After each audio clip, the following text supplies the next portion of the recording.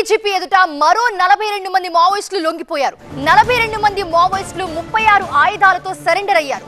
పోలీసులకు అప్పగించిన ఆయుధాల్లో AK-47లు 5, SLRలు 4, INSAS rifles 3, Sten గన్లు 1, వివిధ రకాల రైఫిల్స్, గ్రెనేడ్లు 2 ఉన్నాయి. 800 గ్రాముల గోల్డ్ బిస్కెట్స్ ను కూడా పోలీసులకు అప్పగించారు.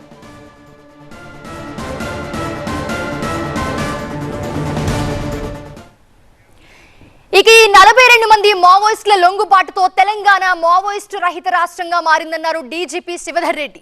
పూర్తి స్థాయిలో PLGA కనుమరుగైందని ప్రకటించారు ఆయన. ఈరోజు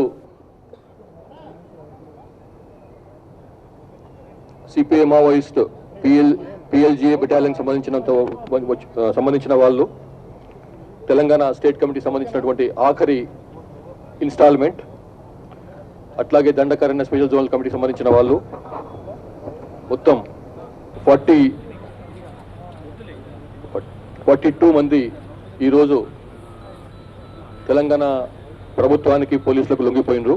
వీళ్ళు 36 తుపాకులను తీసుకొని బయటకు వచ్చిండ్రు అలాంగ్ విత్ అమ్యునిషన్.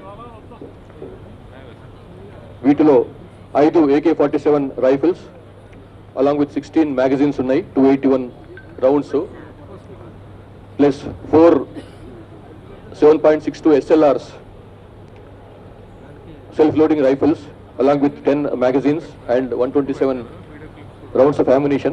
ఇవే కాకుండా 8 గోల్డ్ బిస్కెట్స్, ఒక్కొక్కటి 10 తులాస్ ఉన్నది, అంటే 100 గ్రామ్స్ ఉన్నది. మొత్తం 800 గ్రామ్స్ ఆఫ్ గోల్డ్ బిస్కెట్స్ తోని కూడా బయటకు వచ్చిండ్రు.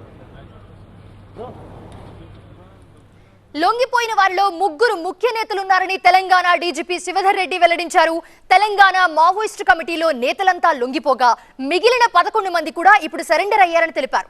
వీరిలో తెలంగాణకు చెందిన వారు ఒక్కరుండగా మిగతా వారంతా ఛత్తీస్గఢ్ కు చెందిన వారిగా చెప్పారు. ఈ బయటకు వచ్చిన వాళ్ళలో ముఖ్యమైన ఆయన సోడి మల్ల ఎలియాస్ కేశాల్ ఎలియాస్ నిఖిల్. ఈయన స్టేట్ కమిటీ మెంబర్ స్థాయి ఉన్న ఆయన. అట్లాగే డివిజనల్ కమిటీ స్థాయి ఉన్న సెక్రటరీ స్థాయి ఉన్నటువంటి చాప నారాయణ ఎలియాస్ గజేందర్ ఎలియాస్ మధు ఇతను.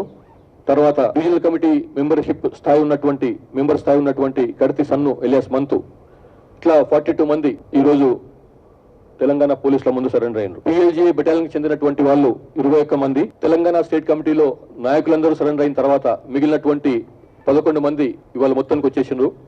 ప్లస్ దండకారణ్య స్పెషల్ జోనల్ కమిటీలో పనిచేస్తున్నటువంటి 10 మంది మొత్తం కలిస్తే 42 మంది. అందులో స్టేట్ కమిటీ మెంబర్ ర్యాంక్ ఉన్న వాళ్ళు 2. ఇందులో 42 మందిలో ఒక్కరు మాత్రం తెలంగాణ ఆయన, మిగతా 41 మంది ఛత్తీస్గఢ్ సంబంధించిన వాళ్ళు. ఇందులో ఇది ఆఖరి మిగిలిన వాళ్ళు అనమాట. ఈ అంతా అయిపోయిన తర్వాత మిగిలిన 11 మంది వాళ్ళు చెల్ల చెదరై ఉంటే వాళ్ళందరినీ ఎదుర్కొచ్చిన వాళ్ళని